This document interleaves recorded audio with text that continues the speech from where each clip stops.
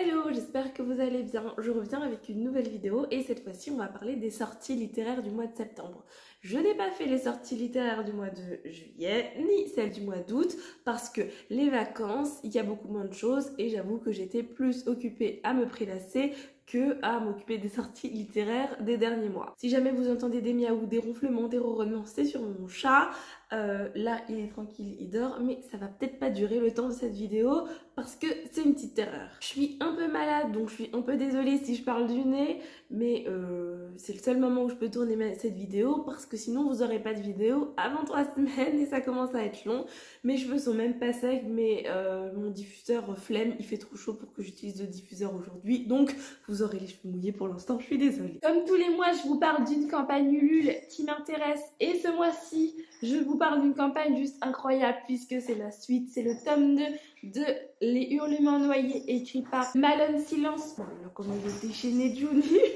La couverture du tome 1 est magnifique, la couverture du tome 2 est juste incroyable et ça m'a l'air juste d'être pépite. J'avais bien aimé le tome 1, même s'il y a quelques éléments dans ce tome-là qui ont été un peu difficiles pour moi, mais je lirai plus attentivement les Tiger Warnings qui sont à la fin de ce livre dans le deuxième tome, puisque bien évidemment que je vais participer à sa campagne Ulule, parce que le tome 1 ne peut pas rester tout seul sans le tome 2 et j'ai tout de même envie de savoir la suite. Donc franchement, ça m'a l'air d'être chouette. Franchement, si vous aimez bien un petit peu les romans d'horreur un peu psychologiques, foncez parce que je pense que ça pourra vous plaire. Il y a pas mal de Tiger Warning, mais tout est indiqué à la fin. Donc ça, c'est vraiment cool. Lisez-les bien, ne faites pas comme moi.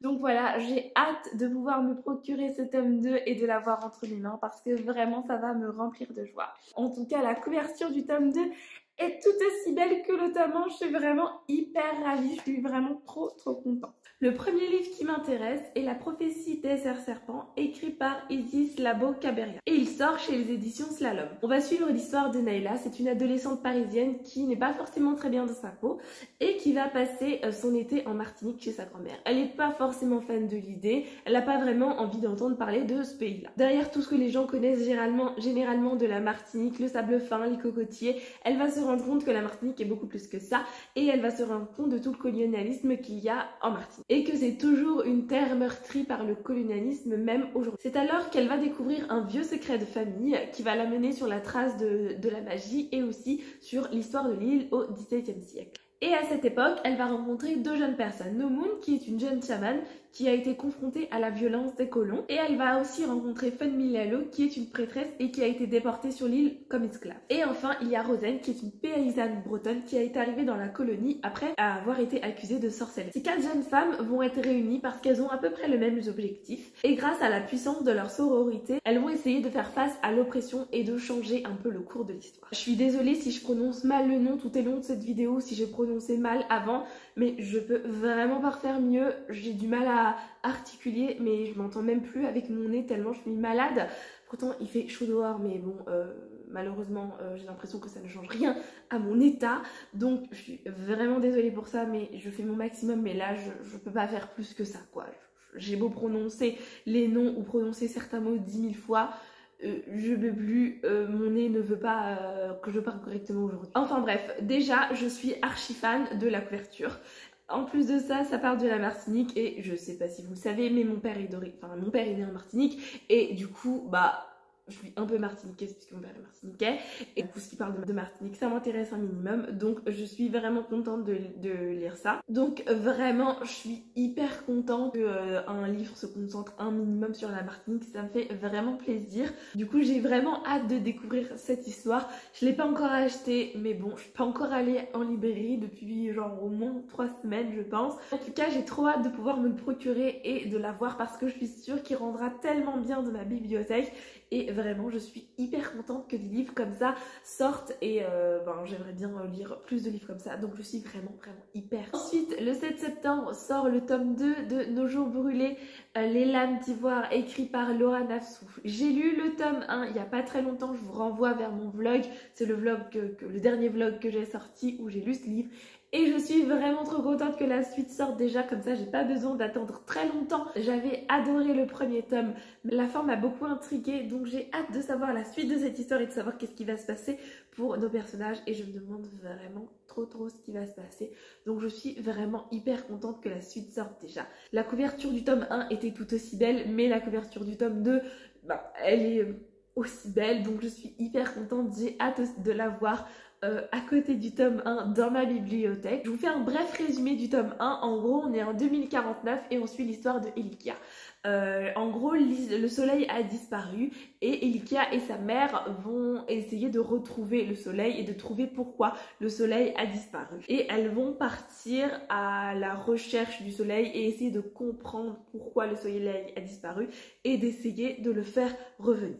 Voilà vraiment en gros, c'est beaucoup plus complexe que ça parce qu'il y a toute une prophétie, toute une quête et tout. Et c'est vraiment hyper complexe, c'est vraiment hyper bien fait et franchement, je vous conseille de lire si vous ne l'avez pas lu. C'est juste, le 8 septembre sort Les Monstres, le tome 1, Seul un monstre, écrit par Vanessa Len. La couverture est juste incroyable. Bon, en même temps, c'est une couverture de chez Lumens et les couvertures de chez Lumens sont en général hyper belles, magnifiques. Et là, vraiment, je suis trop contente, la couverture est trop belle. Nous allons suivre l'histoire de Johan Chang-Hunt. Il passe ses vacances, comme chaque été, chez la famille disparue de sa mère. Et c'est une bande de jeunes farfelus, mais ils s'amusent bien là-bas, quoi. Sauf qu'à un moment, il va se rendre compte que ce n'est pas juste des jeunes farfelus, mais que finalement, ce sont un peu des monstres. Ce sont des monstres qui sont capables de voyager dans le temps tout en dérobant des minutes, des heures ou voire des semaines précieuses aux humains qui les entourent. Et Johan, bien qu'elle soit mi-humaine, mi-monstre, elle dispose également de ce talent. Sa vie va basculer quand elle va se rendre compte qu'elle rencontre Nick. Et elle va penser qu'elle rencontre Nick par hasard, sauf qu'en fait, c'est un chasseur de monstres. Quand sa famille va se retrouver menacée, elle va devoir faire face à un choix. Elle va devoir soit choisir d'utiliser son pouvoir et également de faire comme tous les autres monstres font et de voler des minutes aux humains ou bien de rester humaine. Franchement, quand j'ai lu ce résumé, j'étais là, oh là là, ça m'a l'air d'être un truc de ouf. Vraiment, l'histoire, elle a l'air juste d'être dingue parce que, je sais pas, rien que le fait que de voler des minutes aux humains et toute l'histoire qui s'enchaîne entre elle doit utiliser ses pouvoirs ou bien rester humaine, qu'elle découvre que la moitié de sa famille est spécial, enfin tout ça, ça me plaît bien, tout ça j'ai bien envie d'en savoir plus et vraiment ça me tente de ouf et rien que d'avoir relu le résumé maintenant, j'ai envie de m'y plonger dedans et de lire, mais bon, il sort le 8 septembre, c'est pas encore pour tout de suite. Ensuite, toujours le 8 septembre sort Le secret de Nice Cleaver, écrit par Annelise Avery. Cette histoire, nous sommes en Angleterre et le chemin de vie de chacun des êtres humains est déterminé par les étoiles. Nous allons donc suivre l'histoire de Paisley. Elle apprend que, en fait, elle est destinée à mourir à 14 ans. En apprenant cette nouvelle, elle décide de ne pas le révéler à sa mère et de le garder pour elle. Elle reprend espoir lorsque sa mère arrive à prouver qu'en réalité, aucune destinée n'est scellée et qu'on peut toujours dévier son destin. Sauf qu'en fait, sa mère disparaît. Sauf qu'en fait, la chercheuse disparaît dans une explosion lors de son laboratoire. Paisley est persuadée que c'est pas une explosion anodine et que c'est en fait sa famille qui est menacée. Je trouve que cette histoire, elle est vraiment cool et j'avais vraiment envie de la lire parce que je trouve que c'est bien sympa de lire des histoires où on apprend que ton destin est déterminé par rapport à quelque chose et qu'en fait c'est potentiellement possible de changer son destin ou que son destin peut finalement être changé. Ça m'a l'air d'être vraiment bien sympa et j'ai hâte de pouvoir lire ce livre parce qu'il m'intéresse vachement. Ensuite, le 15 septembre sort le tome 2 de Nelly et Philéa, écrit par Roselyne Pendule et publié aux éditions Gulfstream. Je suis trop contente d'avoir la suite parce que j'ai lu le premier tome. Je vous mettrai en barre d'infos mon avis sur le premier tome parce que je l'ai déjà écrit sur mon blog. J'ai hâte de découvrir du coup leurs nouvelles aventures puisqu'ils partent pour un nouveau pays et du coup nouveau pays, nouveau tueur, nouvelle mise en scène, bref ça m'a l'air d'être trop chouette. J'ai du coup trop hâte de découvrir tout ça. J'ai trop hâte de pouvoir lire la suite de cette aventure puisqu'on va aller dans un nouveau pays, puisque nous allons en France, à Paris, et j'ai trop hâte, ça m'a l'air d'être vraiment trop bien. Ensuite, toujours le 15 septembre sort Une armée à moi d'Anthony Combrexel. J'ai lu quand même pas mal de livres de cet auteur puisque j'ai lu Presque minuit, j'ai lu aussi Ordo, je sais plus si j'avais parlé de ce livre sur cette chaîne, mais je l'ai lu, j'ai sûrement un lien sur mon blog. Et donc du coup, je suis contente qu'il sorte un nouveau livre et que je puisse découvrir une nouvelle histoire de cet auteur puisque en général j'aime bien. Nous allons suivre l'histoire de Cléo Constanza qui a 19 ans. Elle part faire du babysitting tranquille, mais ce qui va se passer c'est qu'au retour de son babysitting, elle va se faire pourchasser par un tueur. Mais heureusement pour elle, elle va se faire sauver par 3 drôles de personnages. Elle va se faire sauver par une fillette qui a un masque de dinosaure, une vieille femme malvoyante recouverte de bandelettes égyptiennes et une quadragénaire taciturne. Ce trio va la sauver in extremis d'un tueur. Mais la particularité de ces 3 personnages, c'est qu'ils pourraient être ses socis. Ouais, on commence à se poser des questions là. On pourrait penser que bon, ça suffit, la petite Cléo, elle a assez souffert, que nenni. Elle va se faire écraser par une voiture, elle meurt et elle revient à la vie. Ouais, là on commence à se poser des questions, non, concernant son aventure. Ouais, parce que moi je commence à me poser des questions, ma cocotte. Hein. Son existence entière va être chamboulée, évidemment, avec tout ce qui s'est passé. Oh, tu m'étonnes, hein. Et elle va décider de reprendre son destin en main. Et du coup, on va la suivre dans tout ce périple et vraiment, ça m'a l'air d'être trop bien. J'aime beaucoup les histoires de cet auteur parce qu'à chaque fois, c'est un truc rocambolesque et on se dit, mais qu'est-ce qui peut leur arriver de pire? Finalement, il leur arrive toujours quelque chose de pire. C'est toujours quelque chose d'incroyable et j'aime beaucoup ce que cet auteur fait tout simplement. Je trouve que cet auteur, ce qu'il fait, c'est vraiment hyper incroyable, hyper recherché et j'adore ce qu'il fait. Comme d'habitude, la couverture est incroyablement belle, non? Genre, je sais même pas, cette couverture est trop belle. J'ai tellement hâte de l'avoir chez moi. Cette couverture est belle, l'histoire a l'air dingue. C'est un auteur que j'aime bien. Il y a tout pour me plaire et j'ai juste envie de lire ce livre. Je suis désolée, le cadre a un peu changé, mais c'est Juni, il a foncé dans mon trépied, donc tout a été décalé. Le 15 septembre sort un livre que j'attends avec tellement d'impatience.